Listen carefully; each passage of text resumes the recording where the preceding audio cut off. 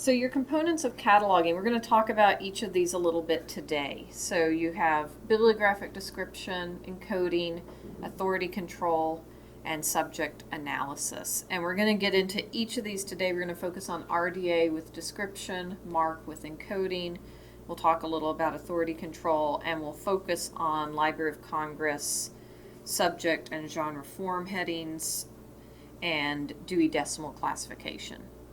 So with all of this here, you can probably tell it's going to be a pretty quick overview of all of these things, but I'll try to give you at least the hard basics that will carry you through as you go forward. And a lot of this may be reviews for a lot of you, which is good. Some of you it may be more new, and that's okay too. We'll all go forward together. We're going to start with descriptive cataloging, and we're going to focus on RDA because that is the standard that is favored by NC Cardinal as a consortium, and it is also the standard that most people are using in their libraries now in the United States. So we're going to start with a best practice. Make sure that you import the best record for each resource, whether it follows RDA or AACR2 cataloging rules. So find the best record, import that one, even if it's in AACR2. And we're going to go over those differences just as a review for all of you in a bit. So if you have two records and the one in AACR2 is spectacular and the one in RDA is awful, take the AACR2 one. You can fix that. It's a lot easier to add a few fields to a great record than to have to completely overhaul a horrible one. So pick the good record. And if they are of equal quality, so you've got an AACR2 and an RDA, and honestly they're both great or they're both horrible, they're equal in whatever way they are, grab the RDA one, because then you don't have to add as many fields. You won't have to add the 3x fields and that sort of thing. If possible, when you run into AACR2 records, whether you're importing them or not, go ahead and upgrade them to RDA. Once everything's on the same wavelength, and it will take a while because it'll just sort of be when you find them, you upgrade them. But once everything's, or most everything is working the same way, it will make it easier to use certain parts, certain functionalities of the system in the future. And when you're creating new records, always create them using RDA. So if you are a die-hard AACR2 user and that's how you've been creating your new records, today's the day you stop. From here on out, nothing but RDA. So embrace the RDA. We're going to go over it today. There's not huge differences. It's not like you have to relearn everything, but it is a bit of a learning curve. So we're going to go over it today. Let's talk about those differences. So AACR2 is a descriptive and display standard. What this means is that the rules in AACR2 cover what information you include in the record, where you get that information from the resource, and rules also for how you're going to format the information in the record. So things like the title always goes before the statement of responsibility, and the two are separated by a space/space. It has all of those rules in it. RDA differs from that. RDA gives you the rules for what to include in the record and where to find that information, but it doesn't give you the display rules, the punctuation, that sort of stuff. What most libraries are still doing, and what you are still doing in this consortium, is following the rules for punctuation and capitalization that you used with AACR2. So don't throw out your AACR2 binder just yet. You can use that to find those rules for when you need to use a colon versus a semicolon, and what your capitalization should be. So you should be doing sentence style capitalization for your titles. So you capitalize the first letter of the title, and you capitalize formal nouns everything else is lowercase, including the first word after the semicolon or after the colon for that subtitle. I see you guys. You had to do that in cataloging class. That bit a lot of people. Sentence style capitalization, and follow those punctuation rules. So this is not anything new. Do what you've been doing. RDA has some weird things about, you can transcribe the capitalization from the resource as it appears. It's a lovely idea until you realize how many books have their titles in all caps, and you realize what your catalog will now look like. Title. It's like, no, we don't want that. So just follow the old rules. It looks prettier anyway. AACR2 is very strongly tied to mark encoding. The two really developed side by side around the same time periods. With RDA, it still works perfectly well with mark, but it is designed to be independent of mark encoding, because someday maybe we'll do something other than mark encoding. Someday we're apparently going to linked data. We'll see. They are beta testing BibFrame coming out of Library of Congress, but we'll see. I mean, once it's even out, it's a matter of will Evergreen support something like that, or will Evergreen do their own thing, and when will that happen? It's going to be a whole thing. So RDA is meant to bridge over into some other type of encoding, but until that time, it works just fine with mark. And there are mappings to help you figure out what elements in RDA go where in mark, and those are actually embedded pretty nicely in RDA Toolkit, which you guys will have access to before the end of the summer. Woohoo! It's coming. If you need access before that, you can get a 30-day free trial from them to look at it, and if you think you need a little extra time with it before you have access to the toolkit, you can print it or save the PDF. Or if you're one of my former students, especially from the last year, you have a username and password, and yeah, that still works for you. And you can share that. That's fine. We can have 30 people on there at one time. UNCG's Library and Information Studies Department bought a subscription for students, and you can have 30 people on there at one time. And my cataloging classes cap at 25, and nobody's doing cataloging classes until fall. So if you need access to that, let me know, or ask one of my former students who are in here. There's 1, 2, 3, 4. I guess you probably didn't have access to it. 1, 2, 3, 4. There's several who should know that username and password. Just to fill in the gap. But you can always email me if you want that, because we're not using it for the summer. Somebody might as well. I'm using it for the summer, but that's one person. Finally, AACR2 was created for the card catalog, so it uses a lot of space-saving devices.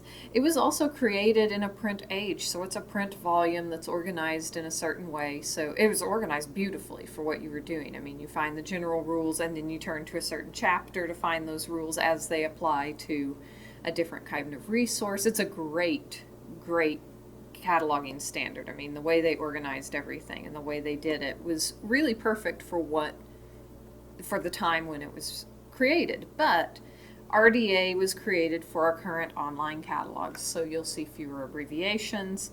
You can include, and you're encouraged to include, more information in your bibliographic records. And there's more computer-friendly coding in what you put into that record, which means it might not necessarily be you-friendly all the time, but it's computer-friendly, and it also potentially has more linking capabilities in your catalog. So RDA is sort of looking to the future and trying to move us in that direction in a way that AACR2 simply couldn't, just because of how it was designed.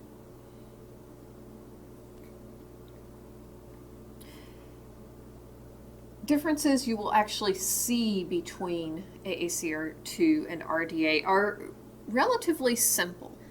There's not a whole lot that you'll see that's immediately different. In AACR2, you'll see a lot of abbreviations. In RDA, you will see fewer abbreviations. We will not say no abbreviations because since saying no abbreviations, they walked that back and said, no, fewer abbreviations. There's still some abbreviations. And then there's the whole centimeters thing where they said initially that centimeters, CM was a symbol, not an abbreviation, and did all sorts of weird stuff with the period at the end of it. Who cares? Put the period there. Don't put the period there. It really doesn't matter.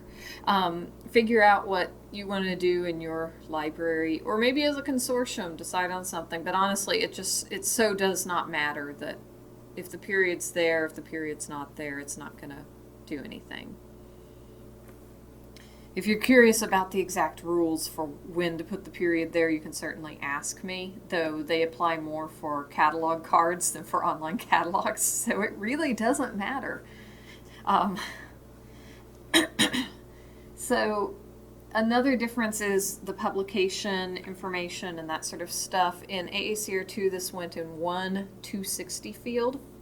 The copyright date could be used as your publication date, and it was preceded by a C. Space saving. Put everything in one place, use the copyright date for whatever, and you're quite often creating these cards originally on a typewriter. How many typewriters did you see with a copyright symbol on them? Put a C, it's a lot easier. So that was sort of where all of that came from. With RDA, it's been upgraded, so now you can use up to 5 264 fields, though you'll never have all 5. It just doesn't work that way, because there's one for unpublished materials, and then everything else is for stuff that's published. So, I mean, you're never going to have all 5, but you quite often will have 2, maybe even 3. You can get away with 1, and that's perfectly fine. But there are multiple 264 fields possible. These replace that one 260 field. The copyright date in RDA cannot be used as the publication date, but you can imply a publication date from the copyright. So you can look and say it says copyright 2017. That's probably when it was published. So you put in square brackets in your publication field 2017.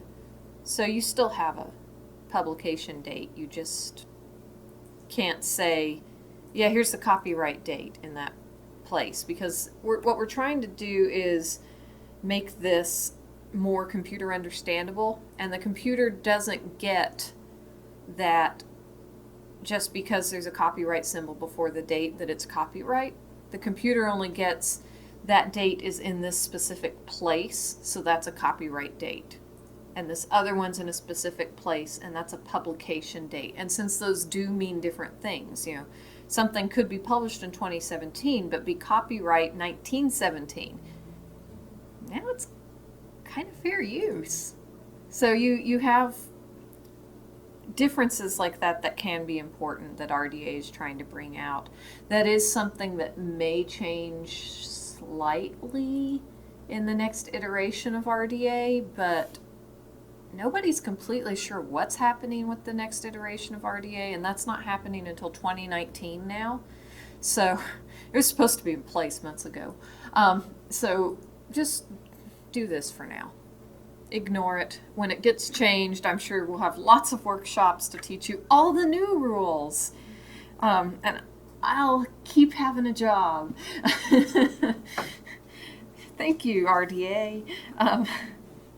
And then finally, with copyright date in RDA, you use the copyright symbol because we can now use that quite easily in computers, and it makes more sense to our patrons than the random C.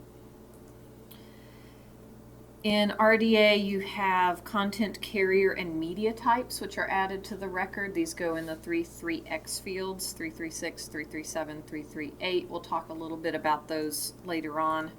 And you often will see relationship designators in the 1XX and 7XX fields. Things like delimiter E, author, or delimiter E, illustrator, or actor, or any number of things. And there's an entire there are actually a couple of entire appendices in RDA Toolkit that can walk you through choosing good relationship designators, but if I remember correctly, there may actually be a short list in the best practices of the most common ones. Woohoo! I'm getting the nod. Other people have to remember some of this stuff. So you can always just search that short list for the most commonly used ones, and then you don't have to look necessarily at architect or producer of audio content when all you just really want is producer, because honestly, who cares what they produced? They're the producer. You can sort of figure that out.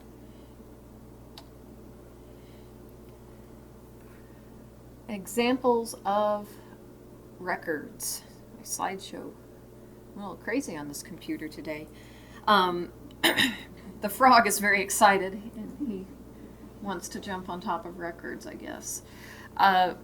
So we're going to look at some examples of records encoded, or rather cataloged using AACR2, RDA, and hybrid cataloging rules. And hybrid is just when somebody's sort of put AACR2 and RDA and potentially something else together in one little package that doesn't completely make sense following any of the rules. So with all of these, there are certain ways you can identify these records. There are some really fast and easy ways. AACR2, there are abbreviations. RDA, there are a lot fewer abbreviations. There are 33X fields, and there should be a little code for RDA in the 040 field, that you will often find records that meet all of the RDA requirements except having that little RDA in the 040 field, because it's easy to forget. It certainly doesn't hurt to go ahead and go add that in. It would actually potentially help with being able to search records in the future, because you might be able to just search for RDA records or just search for records that are not RDA, so you can do actual cleaning up of the catalog. And then hybrid records do a little bit of lots of things. So we're going to look at examples of each of those, and we're going to look at them as records for this Face-to-Face with Frogs book. So here's an AACR2 record. We can tell it's AACR2. One big way is the 260 field, because there's your publication information in a single 260 field, and the date is there with the C in front of it, so that means it's copyright 2008.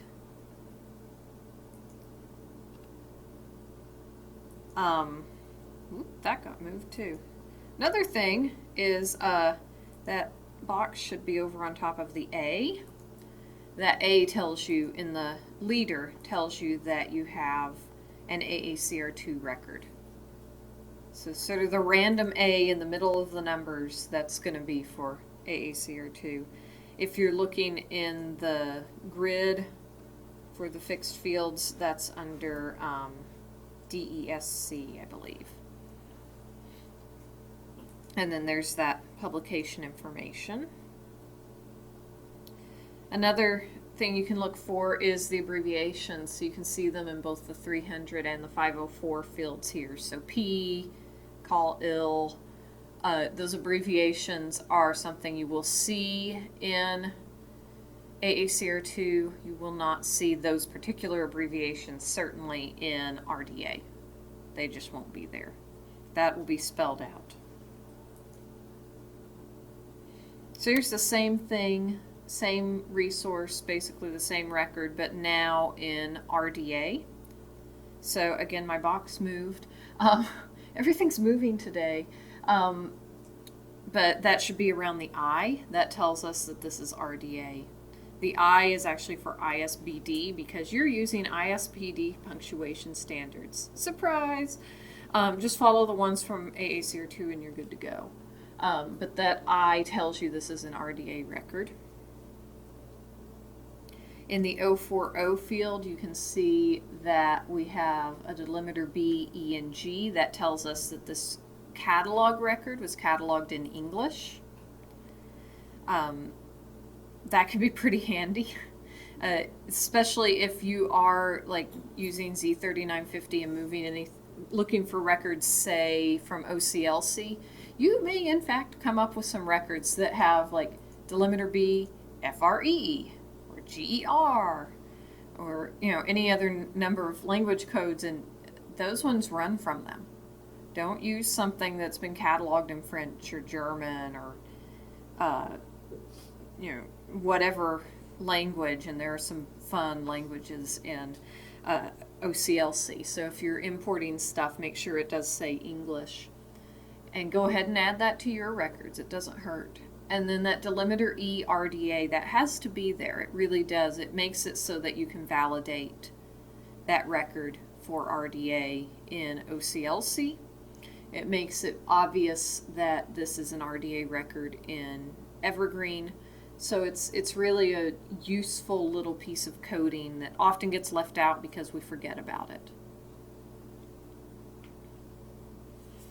Another difference here is that in that 100 field for the author's name, we actually have a relationship designator for author.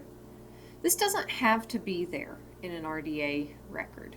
I mean, it's kind of evident with this particular one, so somebody may leave it out.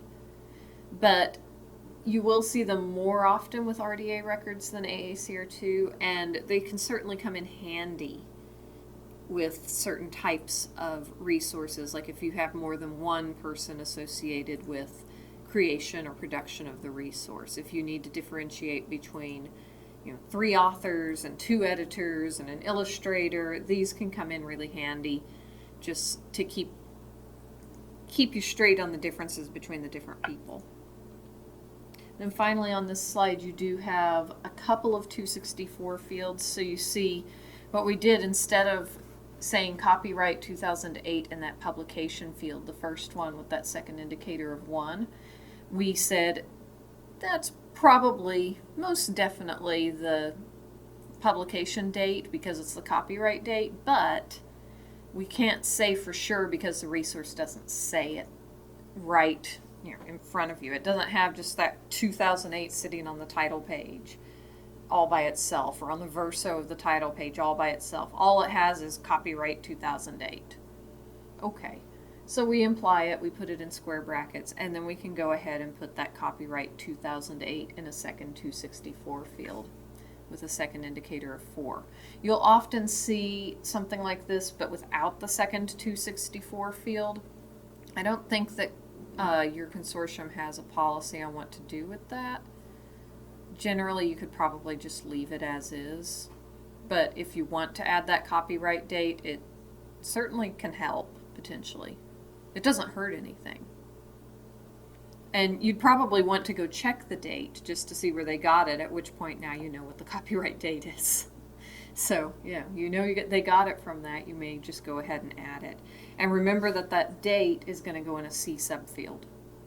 Dates always go in C subfields in the 264 field. So be careful with that one. Here's the rest of that record, still in RDA. So we have now the 300 and the 504, everything's spelled out. Pages, illustrations, color. That's a pretty easy one to spot. A pretty easy one to fix, too. Just spell everything out. This can potentially make your patrons' lives a lot easier. I mean, with pages, with illustrations, they could probably understand those abbreviations quite well, but when you get into, say, genial tables and facsims, now you're getting into stuff that may make a lot less sense to your patrons or other librarians, or maybe even you. So spell them out. Life's a lot easier. It takes a little more typing, but it's easier than looking up the abbreviation, honestly. And then you will have these 3x fields. So the content type saying what type of content is included in the resource, in this case text, and also there are a fair number of illustrations, so still image.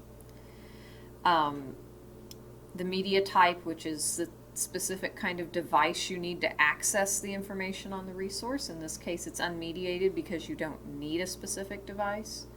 and the carrier type of volume, saying what's holding that information. For a book, it's volume. And with these, definitely make sure these are present. They are not going to show up in the catalog for your patrons to see. Thank God. You do not have to explain unmediated a million times a day. But they do have capabilities that hopefully Evergreen will be using at some point that could help you a lot with sorting your records, improving searches, and bringing out different facets of those records. So you could potentially look for books with illustrations a little more easily. And then here's an example of a hybrid record. So, whoops.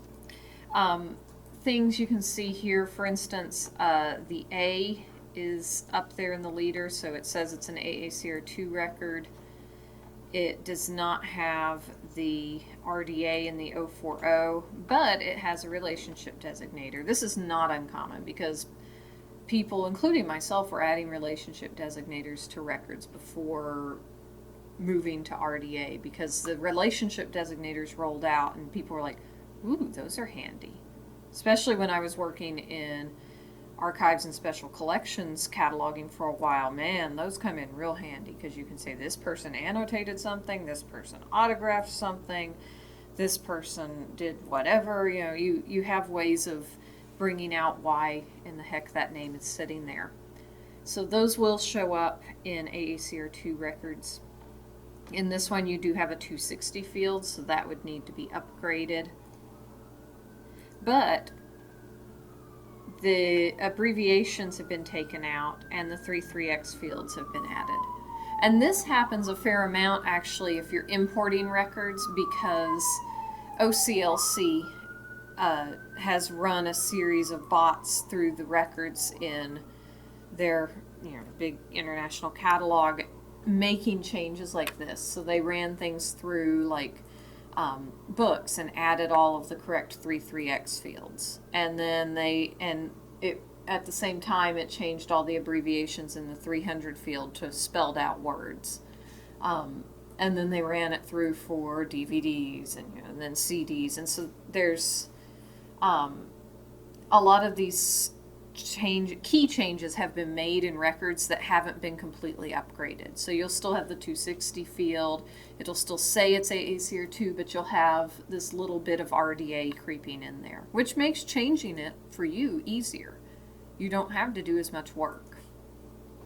You just go through and fix a few little things that are still a little funky.